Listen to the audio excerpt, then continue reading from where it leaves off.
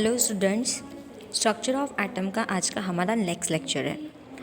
इसके पहले के लेक्चर में हमने reasons for failure of Bohr model study किया था। Okay, reasons for the failure of Bohr model, जिसमें हमने दो डेवलपमेंट स्टडी किए थे। ठीक है, दो इम्पॉर्टेंट डेवलपमेंट किए वो अलग अलग साइंटिस्ट ने किए, और वो इसलिए किए कि जो बोर ने मॉडल दिया है उसको उसके जो पॉस्टुलेट्स है उसको वो मतलब वो फेल क्यों है, इसका रीज़न दे सके। तो देखो, फर्स्ट जो डेवलपमेंट था वो था de Broglie proposal of dual behaviour of matter. ठीक है, जो आपको जो फर्स्ट बता रही हूँ वो कौन सा है, de Broglie proposal of dual behaviour of matter. ठीक है, एंड सेकेंड है हेजनबर्ग अनसर्टेनिटी प्रिंसिपल। आपको दिख रहा होगा।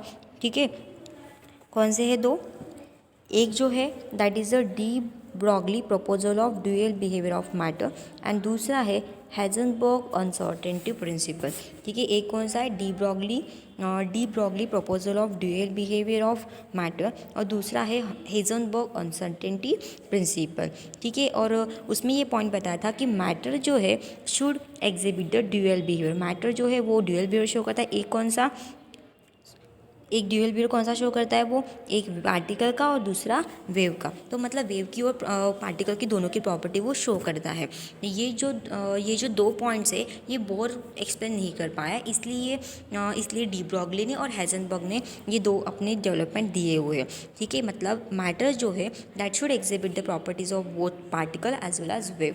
ठीक है, और आज हमें जो स्टडी करना है वो टॉपिक है, आज जो हमें स्टडी करना है वो कौन सा टॉपिक है, that is the quantum mechanical model of atom. ठीक है, हमें क्या स्टडी करना है, quantum mechanical model of atom हमें स्टडी करना है। ठीक है, quantum mechanical model of atom ये आज का हमारा टॉपिक है, ये हमें स्टडी करना है। नाउ देखो, a new branch of science called quantum mechanics was develop in 1926 by Werner.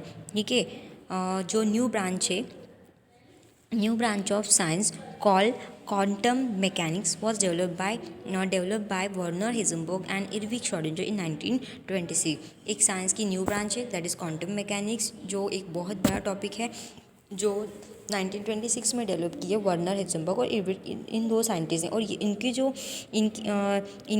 जो ये जो क्वांटम मैकेनिक्स की जो ब्रांच है वो किसके ऊपर बेस करते हैं, it is based on the uncertainty principle and wave motion. किसके ऊपर बेस करती है वो, uncertainty principle and wave motion के ऊपर वो बेस करती है। ठीक है, अब quantum mechanics based on idea of wave motion, और ये जो हमारा क्वांटम मैकेनिक्स है वो वेव मोशन के ऊपर वेव मोशन जो है उस वेव मोशन के ऊपर डिपेंड करता है। ठीक है, एंड मतलब जनरली हमें पता है कि मैटर जो है वो दो फॉर्म में एग्जिस्ट करता है, एक तो वो पार्टिकल के फॉर्म में या फिर वेव के फॉर्म में। तो क्वांटम मैकेनिक्स किसके ऊपर डिपेंड करेगा, मैटर का जो वेव फॉर्म है, मतलब मैटर का जो दो फॉर्म में जो एग्जिस्ट होता है उसमें से वेव के ऊपर, मतलब वेव को वो मैटर को जो है वो एज अ वेव कंसिडर करके उसके ऊपर वो डिस्कस करेगा। ठीक है, क्वांटम मैकेनिक्स, और उसमें भी स्पेसिफिक इसको डिस्कस करेगा वेव मोशन, मतलब जो आइडिया है वेव मोशन की, उस वेव मोशन के आइडिया के ऊपर वो क्वांटम मैकेनिक्स बेस करता है। एंड श्रोडिंगर जो है, जो इसने ये जो क्वांटम मैकेनिक्स की ब्रांच दी है और उसने वेव मोशन के आइडिया के ऊपर डिस्कस करके ये एक इक्वेशन दिया हुआ है। ठीक है, जो पार्टिकल की ड्यूअलिटी जो है, मतलब वेव पार्टिकल की जो ड्यूअलिटी है, मतलब वो वेव की एज वेल एज पार्टिकल ये दोनों कैरेक्टर शो करता है, तो उसके बेस से एक इक्वेशन तैयार किया है that is called as a Schrodinger equation, या फिर इसको हम वेव इक्वेशन बोलते हैं। ठीक है, मतलब वेव मोशन इस आइडिया के बेस पे श्रोडिंगर ने अपना एक वेव इक्वेशन डिस्कस किया है, या फिर एक वेव इक्वेशन हमें दिया है, and that wave equation is nothing but the, what is this wave equation, वो वेव इक्वेशन कौन सा है जो आपको यहाँ पे दिया हुआ है। ठीक है, मैं आपको बताती हूँ कौन सा वेव इक्वेशन है वो, दैट इज़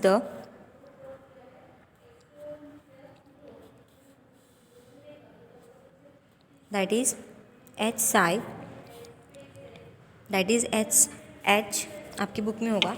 ठीक है, एच कैप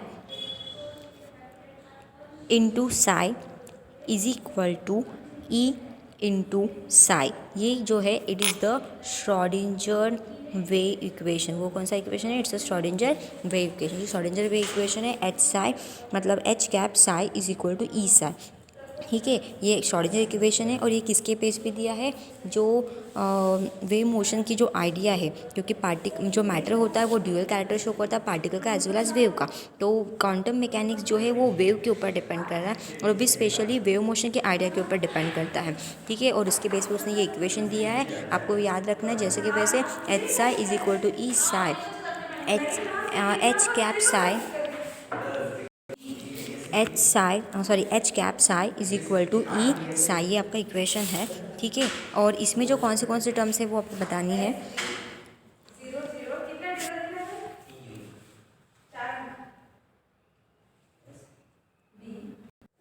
देखो यहाँ पे आपका जो इक्वेशन मैंने अभी बताया था श्रोडिंगर इक्वेशन में, उसमें जो एच कैप था इज़ अ मैथमेटिकल ऑपरेटर, उसको हम हैमिल्टन बोलते हैं। जो साई है is called as a wave function, और उसमें जो ई था it's called as a total energy of the system. ठीक है, अगेन आपको एक बार बता देती हूँ, आपका इक्वेशन क्या है? एच कैप, ठीक है, H cap psi is equal to, ठीक है, ई साई। इसमें जो एच कैप है इसको हम हैमिल्टन बोलते हैं, it's called as a mathematical operator. Psi इसको हम वेव फंक्शन बोलते हैं, E it's a energy and psi it's also wave function. ठीक है, और ये जो श्रोडिंगर इक्वेशन है इसको सॉल्व करना it's beyond the scope of the book, ये बुक के स्कोप के बियॉन्ड है। And it may however be noted that solutions of Schrodinger equation gives a E and Sai. अब जब इस इक्वेशन को जब हम सॉल्व करते हैं तो इसमें हमें दो वैल्यू मिलती है, एक वैल्यू हमें मिलती है ई की और दूसरी वैल्यू हमें मिलती है साई की। Sai it's a wave function, इसकी वैल्यू मिलती है, and E it's a energy of that electron. ये दो टर्म हमें इस श्रोडिंगर इक्वेशन से मिलती है, बट इसको सॉल्व करना ये भी beyond the scope of book है। ठीक है, ये आपको याद रखना, और ये आपको इक्वेशन जैसे कि वैसे याद रखना है। ठीक है, अब देखो ये जो श्रोडिंगर इक्वेशन है, इस श्रोडिंगर इक्वेशन जो है वो किसके लिए सॉल्व किया गया?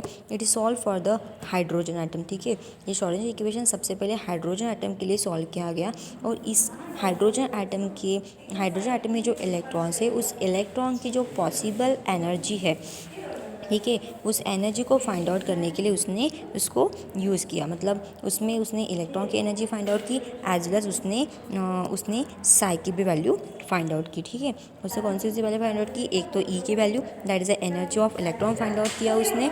ठीक है, एज वेल एज उसने साई की वैल्यू, इन दोनों की वैल्यू उसने फाइंड आउट की है। ठीक है, और ये सॉल्व करते करते एक कॉन्सिक्वेंस मिला है उसको। ठीक है, उसको कौन सा कॉन्सिक्वेंस मिला है? उसको कॉन्सिक्वेंस ये मिला है कि उसने 3 सेट ऑफ काउंटर नंबर जो है वो भी फाइंड आउट किए, and that 3 counter number it's a characteristics of quantize energy level. जो एनर्जी लेवल्स जो होती है, एनर्जी लेवल मतलब जो ऑर्बिटल्स होते हैं न्यूक्लियस के अराउंड में, जो एनर्जी लेवल्स होती है, क्योंकि हमारा जो क्वांटम मैकेनिक्स है या फिर जो स्पेक्ट्रा है वो जो एनर्जी लेवल के ऊपर डिपेंड करता है।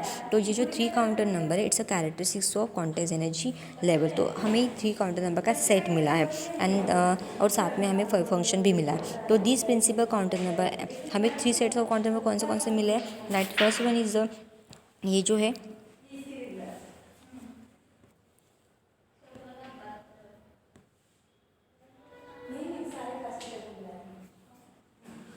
हमें एक मिला है प्रिंसिपल काउंटर नंबर। ठीक है, हमें कौन से मिले हैं? हमें एक प्रिंसिपल काउंटर नंबर मिला है। ठीक है, principal quantum number, azimuthal quantum number, azimuthal quantum number, and last में तो है वो मैग्नेटिक काउंटर नंबर है। मतलब ये तीनों चीज़ें हमें मिली है। ठीक है, principal quantum number n, azimuthal quantum number l, and magnetic quantum number m1। ये तीनों काउंटर नंबर का हमें एक सेट मिला है, किसके हेल्प से? श्रोडिंगर इक्वेशन के हेल्प से। ठीक है, देन उसके बाद कौन सा सेट मिला है हमें? ये तीनों का हमें सेट मिला है, principal quantum number, azimuthal quantum number and magnetic quantum number. और इसके बेसिस पे हम इलेक्ट्रॉन के एग्जैक्ट लोकेशन भी बता सकते हैं, या फिर इलेक्ट्रॉन की इन्फॉर्मेशन भी हमें मिल सकती है। देन उसके बाद देखो the solution of Schrodinger wave equation lead to 3 quantum numbers. जो सॉल्यूशन हमें श्रोडिंगर इक्वेशन का मिला है उसके हमें 3 क्वांटम नंबर के बारे में पता चला and successfully predicted the feature of hydrogen atom emission spectra. और इन तीनों क्वांटम नंबर के हेल्प से और श्रोडिंगर वेव इक्वेशन की हेल्प से हमने सक्सेसफुली हाइड्रोजन एटम का जो इमिशन स्पेक्ट्रा है उसको सक्सेसफुली प्रेडिक्ट भी किया हुआ है। And the splitting of spectral line in multi electrons atomic emission, जो स्प्लिटिंग है इलेक्ट्रॉन का मतलब splitting of spectral line in multi electron atomic emission spectra could not be explain through such a model. लेकिन इस model के through हमें जो splitting है spectral line emission spectra for the hydrogen atom वो एक्सप्लेन नहीं की। मतलब यहाँ पे देखो 2 पॉइंट दिए, एक तो उसने 3 क्वांटम नंबर का सेट निकाला और सक्सेसफुली उसने हाइड्रोजन एटम के जो इमिशन स्पेक्ट्रा उसके फीचर्स भी प्रेडिक्ट कर दिए। But the splitting of spectral line in multi-electron atomic emission spectra could not be explained। अब हाइड्रोजन में एक इलेक्ट्रॉन है तो उसका स्पेक्ट्रा जो है इमिशन स्पेक्ट्रा उसके फीचर्स उसने प्रेडिक्ट कर लिए। बट जो बाकी के जो एटम्स है जिसमें एक से ज़्यादा नंबर ऑफ इलेक्ट्रॉन्स है मतलब मल्टी इलेक्ट्रॉन्स है तो उसका इमिशन स्पेक्ट्रा वो एक्सप्लेन नहीं कर पाया। ठीक है। And these were explained by the George Blake and Samuel Gaudsmit in 1925 who proposed the presence of fourth quantum number called electron spin quantum number। मतलब मल्टी इलेक्ट्रॉन कंटेनिंग एटम का जो emission spectra है that explain in 1925 by the 2 scientist that is George and Samuel. इन 2 scientist ने multi electron containing atom का emission spectra explain किया और उसके साथ साथ उसने एक फोर्थ क्वांटम नंबर भी उसने इंट्रोड्यूस किया that is called as a electron spin quantum number. ठीक है। उसने क्या किया इलेक्ट्रॉन स्पिन काउंटर नंबर जो है that is the fourth counter number वो भी उसने एक्सप्लेन किया और उसके बेसिस पे उसने मल्टी इलेक्ट्रॉन के इमिशन स्पेक्ट्रा के बारे में भी बता दिया। तो ऐसे 4 काउंटर नंबर हमें पता चले जो हमने पहले 3 देखे थे दैट इज़ द तीन कौन से है। एक जो है वो है प्रिंसिपल काउंटर नंबर। ठीक है। Principal quantum number N, azimuthal quantum number l and magnetic quantum number m and fourth वाला जो है that is electron spin quantum number. ये चारों काउंटर नंबर के बेसिस पे उसने इलेक्ट्रॉन की इन्फॉर्मेशन दी है। ठीक है। And wave function psi as such wave function psi as such does not have any physical meaning. जो वेव फंक्शन जो साई आपको दिया हुआ है ठीक है कौन सा वेव फंक्शन जो साई आपको दिया है उस वेव फंक्शन साई का कोई भी फिजिकल मीनिंग नहीं है। And the probability of finding of electron at a point within an atom is proportional to psi square. और जो हमें इलेक्ट्रॉन की जो फाइंडिंग की प्रोबेबिलिटी है at point within atom मतलब एटम के अंदर एक पॉइंट पे इलेक्ट्रॉन को फाइंड करने की जो प्रोबेबिलिटी है is proportional to psi square is in the neighbourhood of that point. उस मतलब हमने एटम के अंदर एक पॉइंट ड्रॉ कर लिया उस पॉइंट के अराउंड में हमें इलेक्ट्रॉन मिलने के कितने चांस है कितनी प्रोबेबिलिटी है। ठीक है।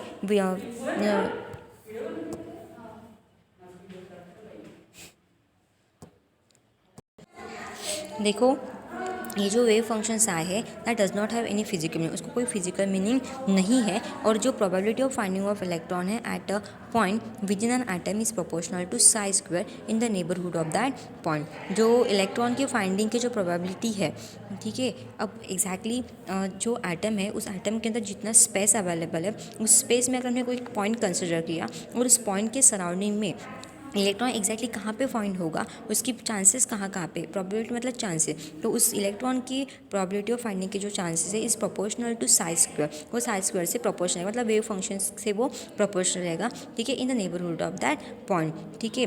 तो ये साई से हमें मिलेगा मतलब इलेक्ट्रॉन की एग्जैक्ट पोजिशन इलेक्ट्रॉन उस एटम के अंदर हमें एग्जैक्टली कहाँ पे मिलने वाला है उसकी लोकेशन क्या है और उसके मिलने के चांसेस कहाँ पे है। ठीक है। वो डायरेक्टली प्रोपोर्शनल रहेगा साई स्क्वायर से। ठीक है। मतलब जितना ज़्यादा वेव फंक्शन बढ़ेगा उतने उसकी मिलने की प्रोबेबिलिटी जो है इलेक्ट्रॉन की फाइंडिंग की जो प्रोबेबिलिटी है वो हमें ज़्यादा मिलती जाएगी। ठीक है। और सबसे इम्पॉर्टेंट चीज़ ये है कि हमें जो तीनों जो चारों जो काउंटर नंबर मिले हैं ठीक है कौन से काउंटर नंबर मिले हैं हमें ये principal quantum number N azimuthal quantum number L magnetic quantum number M as well as हमें जो फोर्थ मिला है that is electron spin quantum number. इन चारों काउंटर नंबर के बेसिस पे इलेक्ट्रॉन का जो एग्जैक्ट लोकेशन है वो हमें मिल सकता है। मतलब इलेक्ट्रॉन एग्जैक्ट एटम के अंदर कहाँ है उसकी एनर्जी क्या है वो कौन से ऑर्बिटल के अंदर है ये सारी चीज़ें हम स्टडी कर सकते हैं। मतलब इलेक्ट्रॉन की पूरी कुंडली बोल सकते हैं वो हमें इन चारों काउंटर नंबर के बेसिस पे स्टडी करना है। तो इसकी वजह से ये चारों काउंटर नंबर हमारे लिए बहुत ज़्यादा इंपॉर्टेंट है। ठीक है। और वो टॉपिक पढ़ने से हमें इलेक्ट्रॉन की कंप्लीट इन्फॉर्मेशन मिलती है। ठीक है, तो ये टॉपिक जो है वो हम नेक्स्ट लेक्चर में स्टडी कर सकते हैं, मतलब करेंगे, atomic orbital and quantum number. तो आई होप आपको ये वीडियो समझ में आ गया होगा, और अगर आपको थोड़ा बेटर अंडरस्टैंड करना है तो आप अपने बुक जो है वो थोड़ा साथ में रखो। अगर बुक साथ में रखते हो तो it is very easy for understanding this topic. ठीक है, वैसे तो ये टॉपिक बहुत ज़्यादा नहीं, बट थोड़ा बहुत डिफ़िकल्ट है। ठीक है, अगर आप उसको ध्यान से पढ़ लोगे तो आपको ये क्लियर हो जाएगा। ठीक है, सो थैंक यू।